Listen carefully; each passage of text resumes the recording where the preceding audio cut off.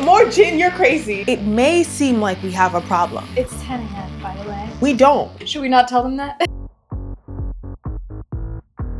Welcome to another episode of Cocktails and Counsel. Today, we're making a strawberry cotton candy martini for Galentines. Oh, are we gonna need the shaker for this? You go through the ingredients, I'll get the shaker. Vermouth, vodka, lemon, juice. With the amount of time she's been here, I'm actually surprised that she couldn't find the shaker. Simple syrup. Will I help? No.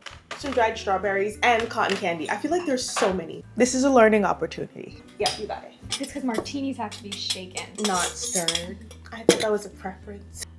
You know what? A martini, shaken, not stirred. Okay, put them in a bowl. This tastes like strawberries. Oh my god, they're so cute. It's so cute. We recently purchased a fire blanket because I have anxiety.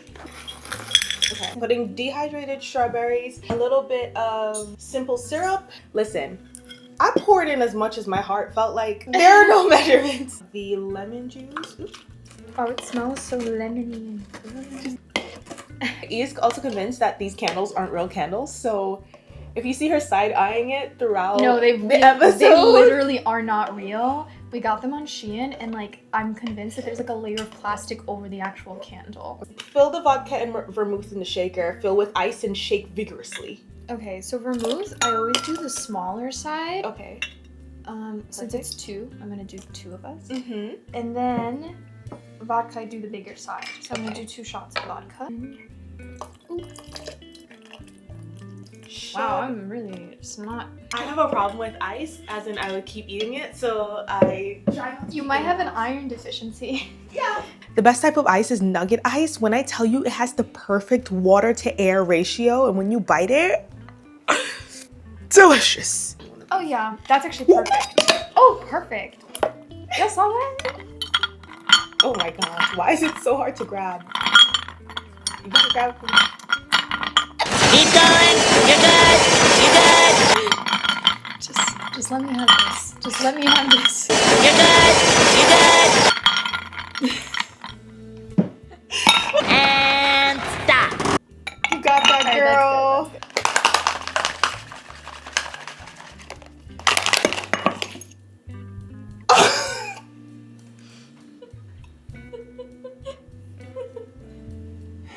What? Where did it go? Did you lose the ice? I lost the cover. Oh no, the cover's right there. Right there. It's okay, guys. It's okay. Oh, it's on your hair. Oh, Oh shit, it's all over your hair. Go fix okay. that. We're gonna have a little breaky break, an intermission. We're back. And if we lost too much alcohol in the process, we'll just top it off. Wait, I feel like we definitely needed a topper. More gin, you're crazy. It's 10 a.m., by the way. Should we not tell them that? It may seem like we have a problem. We don't.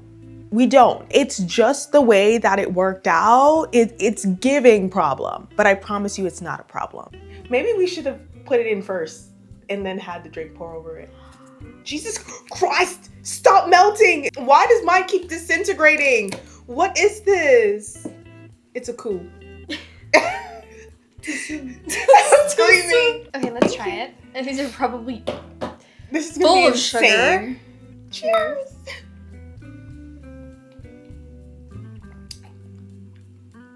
That's actually pretty good. Like, I don't taste any of the alcohol. I think it literally just tastes like sugar and lemon. There's no vodka in this. Probably because it's mainly gin. Yeah. I expected this to taste like garbage. Okay, the next thing we're gonna do is we're gonna try these little gummy Oh my gosh, bananas. yes. We've been seeing on TikTok that everyone's buying these like peelable candies. Yeah. So we found this. Ta-da! Do you have Gummy banana. Do you have to peel it to eat it? It smells very banana-y. Wow. Like very like. That's a banana. Is this peelable? Where does one peel? Well, when you bite it, you can kind of like rip it, but It's not really peelable. It really isn't peelable. I think it's just the vibes. It is delicious. It is good. Okay, you know what? Any candy is peelable if you try hard enough. That's what it feels like. One yap this time.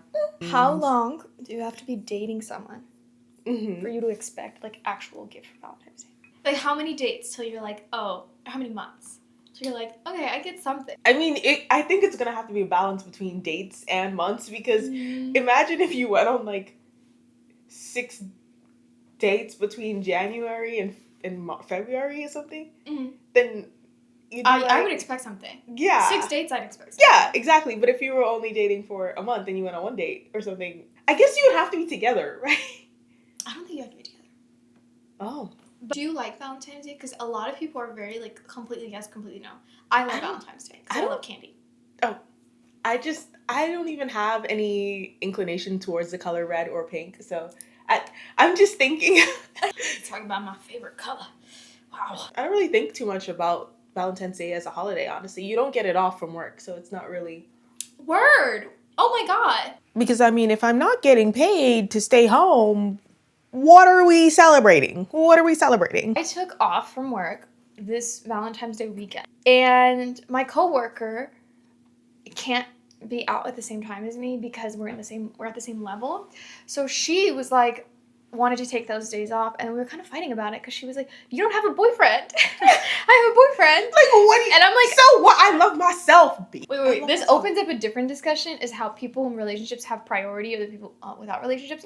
For example, if you book an Airbnb with a ton of couples and you are single and you're paying the exact same amount that everyone else is paying, but they put you on the couch, you don't get your own room because you're not in a couple. Is that crazy? What? Yeah, that's like when a did thing. This happen? No, that's like a thing. It's never happened to me, but it's a thing.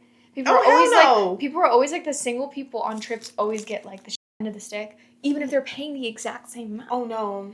It's a thing. No, it's a math thing. Okay, if I'm paying the same amount, look it up on Reddit. Let's find some. Okay, whoa. Oh. Okay, wait, there's a few. I think my boyfriend intentionally got me pregnant. That's scary. Jail.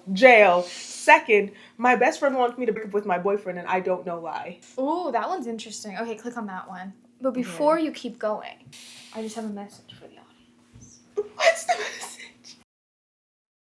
Aww. My best friend wants me to break up with my boyfriend and I don't know why. My boyfriend, we'll call him Blake, 25 male, and I, 25 female, have been together for 3 years. Before we dated, we used to be co-workers at a retail store when we were both 17. The first thing I noticed about Blake when we met was that he never smiled or showed any emotion. He was always serious and had a stony look on his face. He's a Capricorn.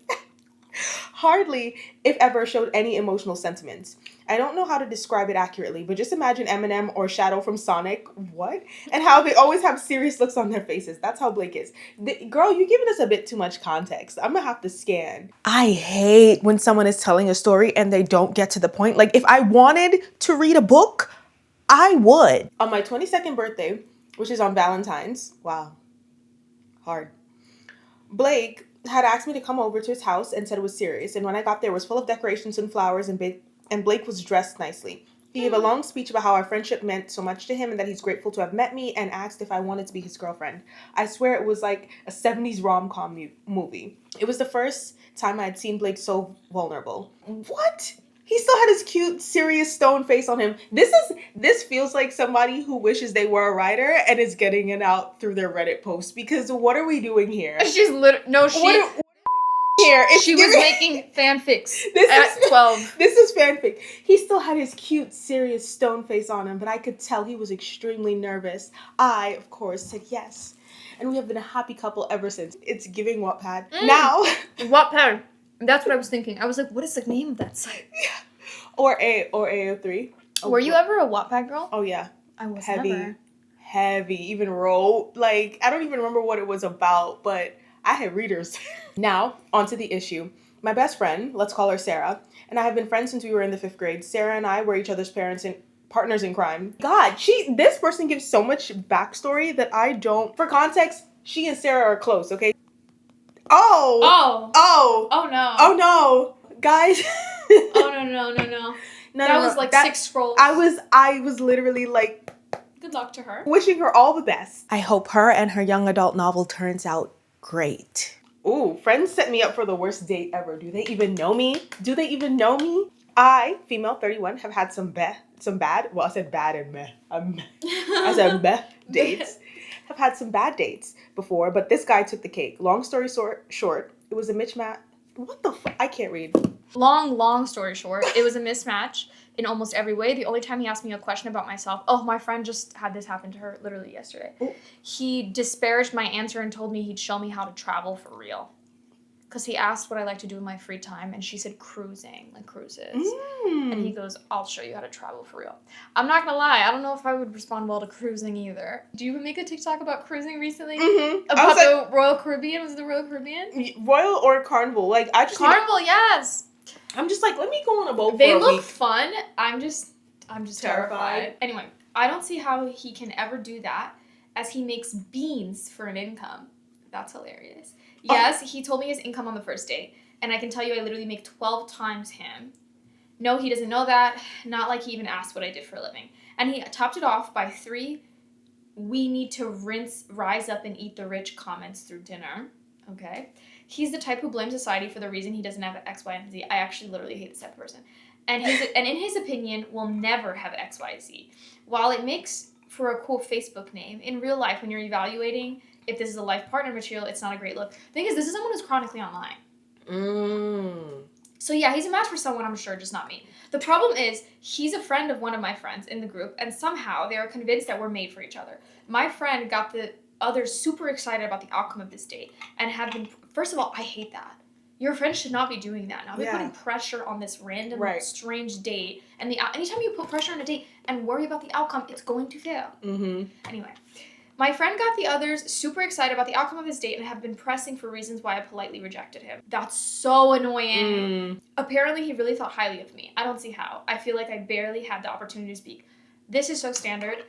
The less you speak on a date, the more a man falls in love with you. Because they're like, wow, she's such a good listener. Wow, she's so amazing. Why? Because you're silent, and when you're silent, they're projecting.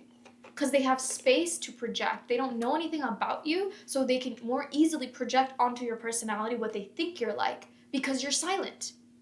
Anyway, that's feeling very passionate. So what I'm hearing is, on your next date, y'all need to start crawling onto these damn tables and barking. Just I just gave generic, wasn't feeling the spark. She wrote just because. I don't like him. I didn't want to talk shit about him. But they're still bringing him up and how that would be so good together, and I'm getting annoyed. I'm almost at the point of saying, yo, why do you think a 35-year-old shroom-eating, self-obsessed man-child would be a great match for me? What kind of person someone sets you up with is a reflection of what they think of you. Yeah, so I would be so offended. I would be so mad. Yeah. Eat the rich, I get it. I get the movement. Yeah. But you're saying eat the rich, blah, blah, blah, but then you're looking down on people who go on cruises and says, I'll teach you how to travel for real. Teach you how to travel for... He's taking her backpacking. No rest. Exactly. And he thinks that's the way to culturally be in the culture, which it's not. It's not. He's from Bushwick. How much do you want to bet? He's from Bushwick. I saw his TikTok. And this girl was like, look how rude this guy was. Her first message to him was, yeah, you look like you'd be from New Jersey. Right? So he goes, that's me. And then she said something. So he wasn't rude to the initial message, right? Hers was rude. And then she was snarky again. And then he was like, I can't believe I sound like I'm on men's side. I'm never on a man's side.